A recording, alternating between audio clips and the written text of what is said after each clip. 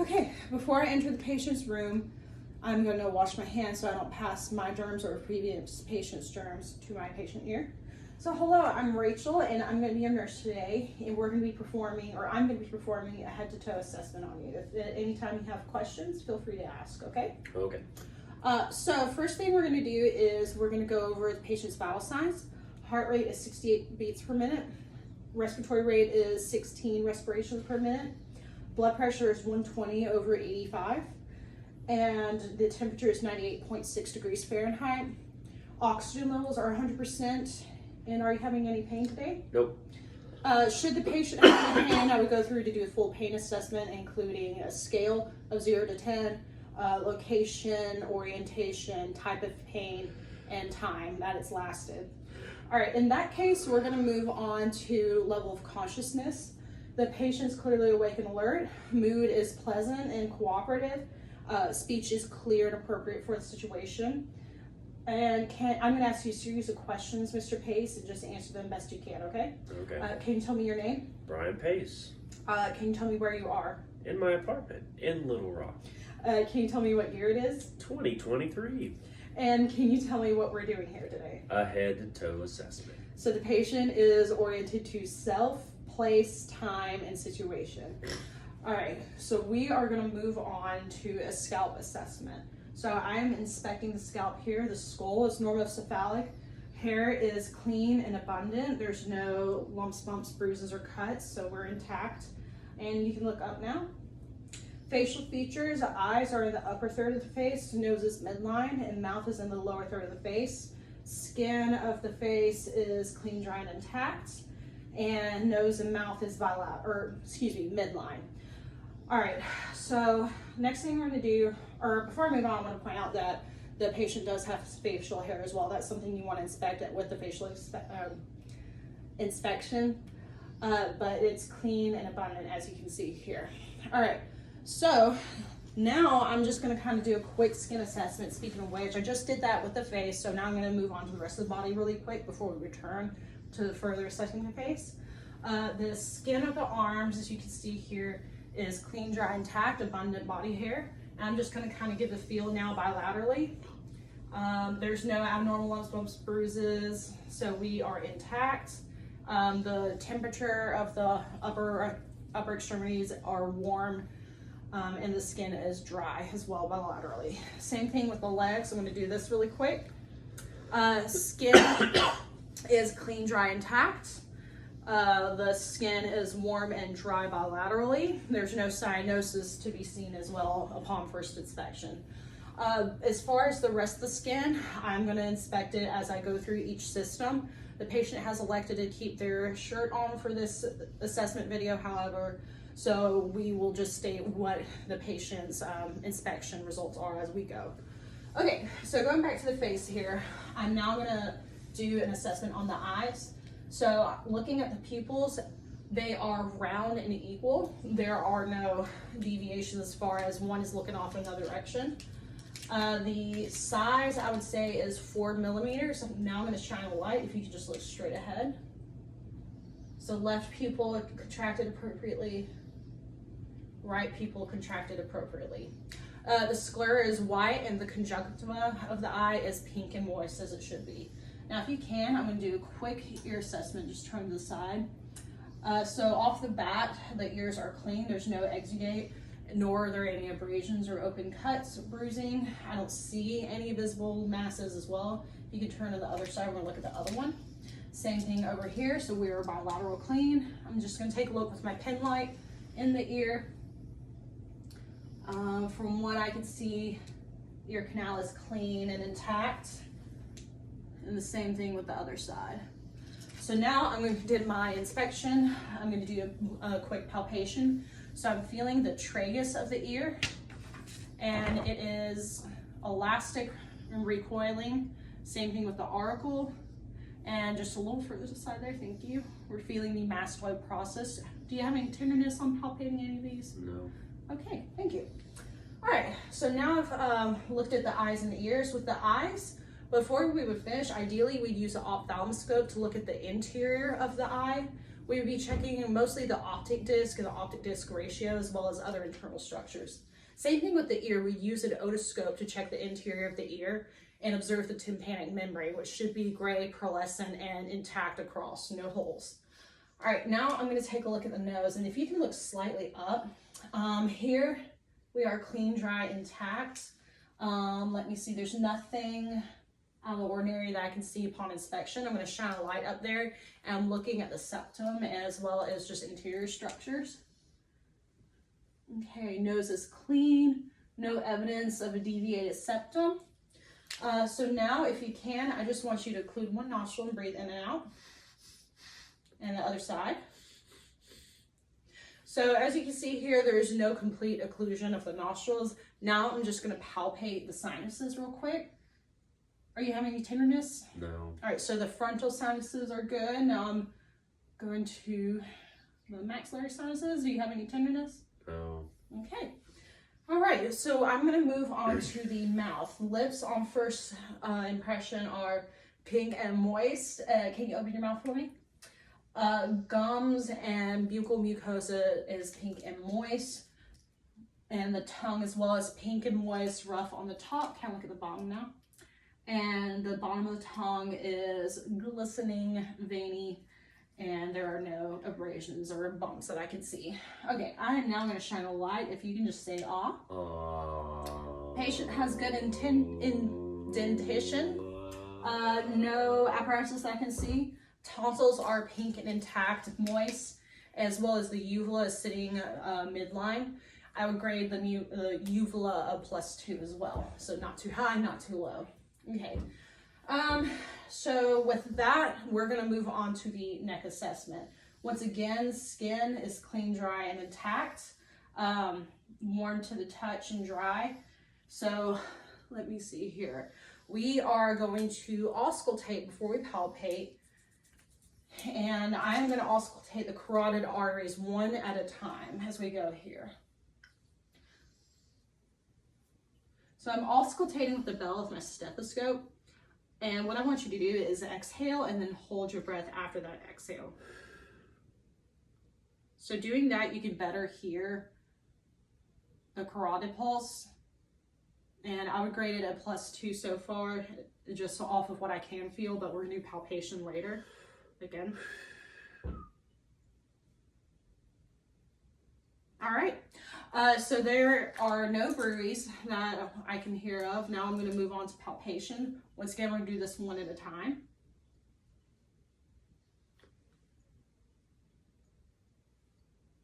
Okay.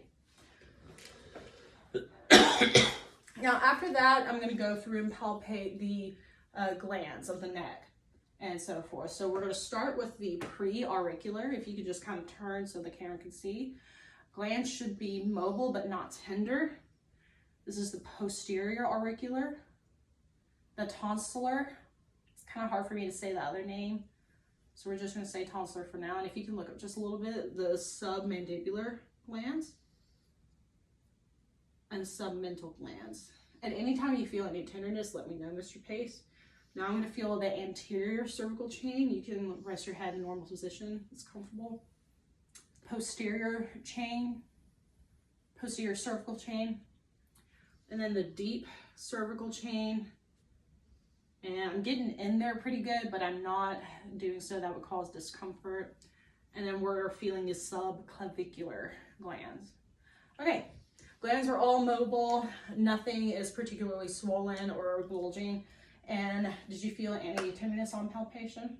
All right, excellent. So the next thing we're going to do is do our thoracic assessment. So ideally, once again, we would have our shirt off so we could kind of see bilaterally what the skin is looking like, if there's any just visual asymmetry on breathing. If you can just breathe normally for me though. So as I can see through the patient's shirt, it's pretty thin. There's no asymmetry in breathing, and you can breathe how you normally would now. So also skin would be clean, dry, intact. We would be looking for any visual masses. There is good distribution of body hair.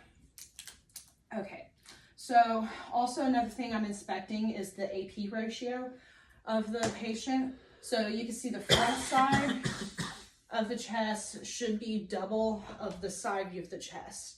If we are even, that would mean we are barrel chested, which implies health complications. Okay, so now that I've done my inspection, I'm going to move on to the auscultation and then the palpation. Before that though, we are going to feel the chest expansion. So I'm going to kind of move out here. If you could take a deep breath for me. Good. And if you can turn to the side here so we can sort of see your back, working with what space we've got. And one more time for me. And one more time. All right, so expansion is all equal, bilateral, symmetrical. Now we're going to move on to the auscultation. So on both sides, I'm going to be, or the anterior and posterior sides, I'm going to be listening to 10 spots, and we're going to show them the best of my ability. But whatever I auscultate on this side will be the same side, or the same spots as the other side. I'll also be auscultating on the side. And as I'm moving through these spots, Mr. Pace, I just want you to take a deep breath. But if you feel lightheaded, just slow down, okay? Okay. So we're going to start pretty high.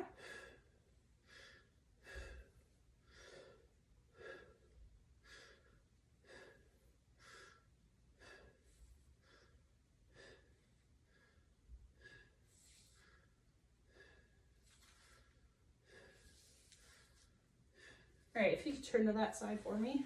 I'm going to go ahead and auscultate the left side. If you raise your arm. Bless you. And farther down. All right, you can lower your arm. And I'm going to start on his right. Deep breath. Good job.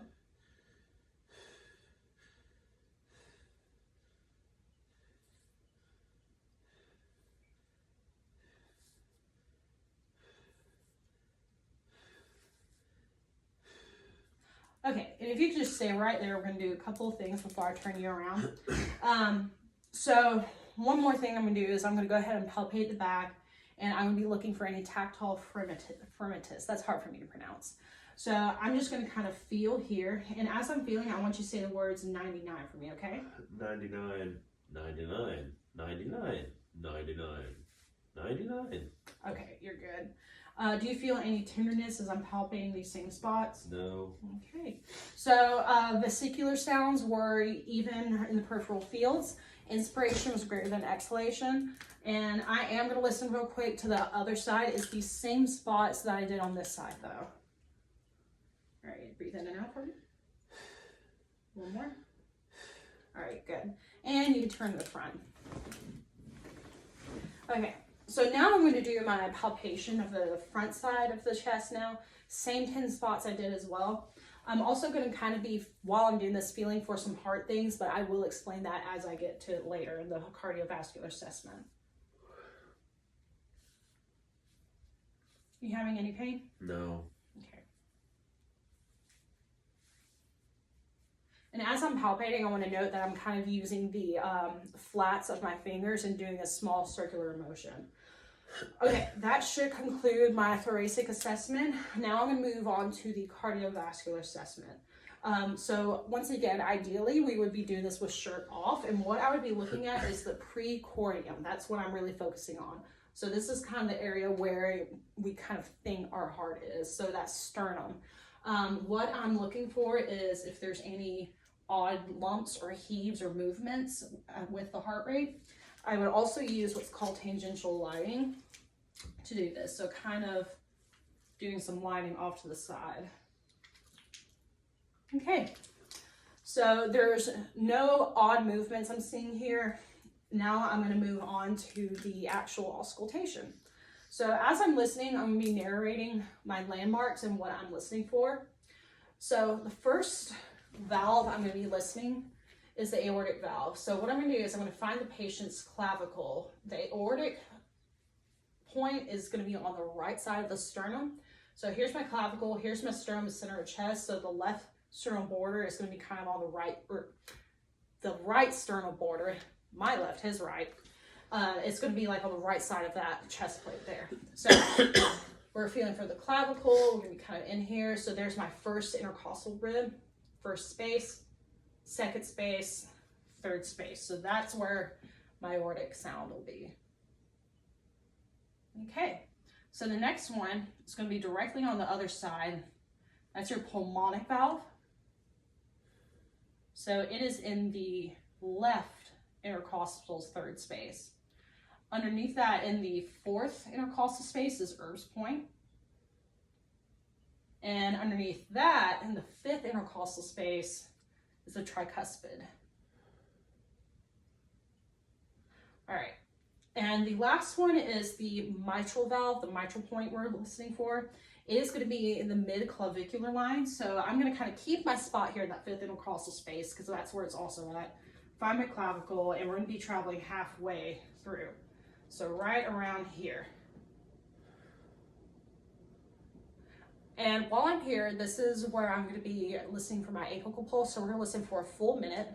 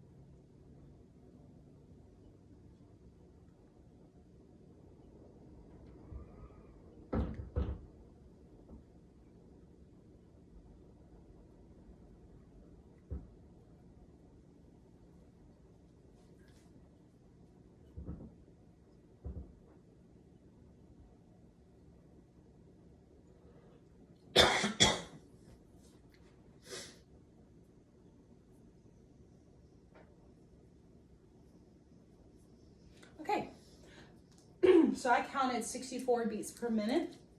Last thing I'm going to do is palpate for the PMI, point of maximal impulse, and it's going to be roughly in the same spot. So I can feel it is palpable, but it's not bounding. All right, so that concludes the cardiovascular assessment. We are now going to move on to the abdominal assessment, and I'm going to have the patient lay down comfortably.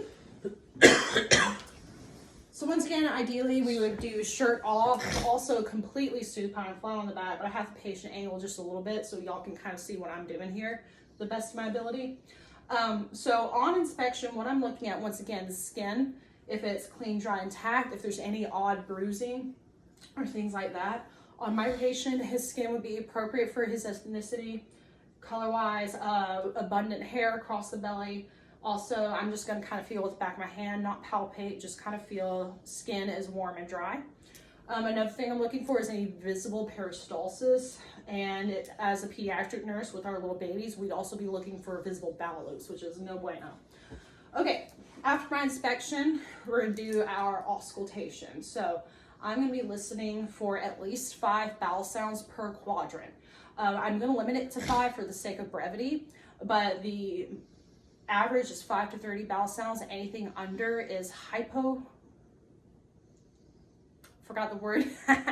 That would be too little. Anything over 30 would be too much. So I'm starting in the right lower quadrant and I'm working my way around in the circle here. Ideally, you'd be listening for a full minute.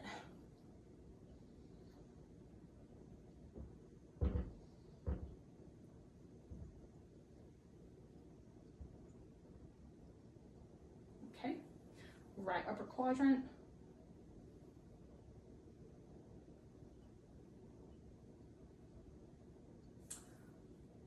Left upper quadrant.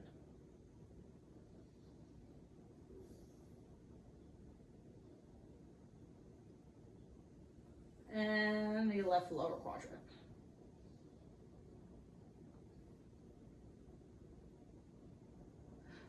Okay, so now I'm going to do my palpation, and I'm going to go in the same circle that I just made, and we are going to start at the right lower quadrant. And as I'm doing this, I'm going to kind of talk about what organs I'd be feeling for here. So in the right lower quadrant, what we're looking for is the appendix. You feel any pain as I'm palpating? Nope. I'm doing kind of a wave motion as I go. Right upper quadrant, that's where your liver and gallbladder is going to be. Left upper quadrant, your stomach, spleen, pancreas, left lower quadrant is where most of your small intestines are hanging out. Okay, any pain on that? Nope. All right, I didn't feel any masses in particular standing out, so we should be within normal limits here. So that brings us to our peripheral vascular assessment. So this is a good time to also observe the nails. So with that, I'm looking at the cap refill first, and we're gonna squeeze both fingernails here, less than 3 seconds. Nail beds, there's no cyanosis, so they're good and pink, clean, dry, intact, as well as the skin of the hands, nice and warm and dry. Radial pulses are a +2, so they're not weak nor bounding. Bilateral equal. Same thing with my brachial pulse. +2 bilateral equal. Now I'm going to move on to the lower extremities here. So if you can kind of put your feet where the camera can kind of see them, thank you. So if you want to rest them on a knee. So toes, I'm going to also look for cap refill here. So I'm squeezing the nail beds, less than 3 seconds. There's no visible cyanosis either. Skin's clean, dry, intact. Now I'm feeling the dorsal pedal pulses. I would grade those a +2 as well, neither weak nor bounding. Posterior tibial pulses. Same thing. And as I'm making my way up from the malleolus, which is your ankle bone, to the patella, I'm going to be kind of feeling for any edema. I'm not leaving any indentions with my hands. I don't feel any what we would call swelling in general. So there's no edema in the peripheral lower extremities of this patient. Now I'm going to feel behind the kneecaps for the popliteal pulse. And we are +2 bilateral equal once again. Okay, so that should conclude my head to toe assessment. And I'm going to thank Mr. Pace for being so cooperative on our third take.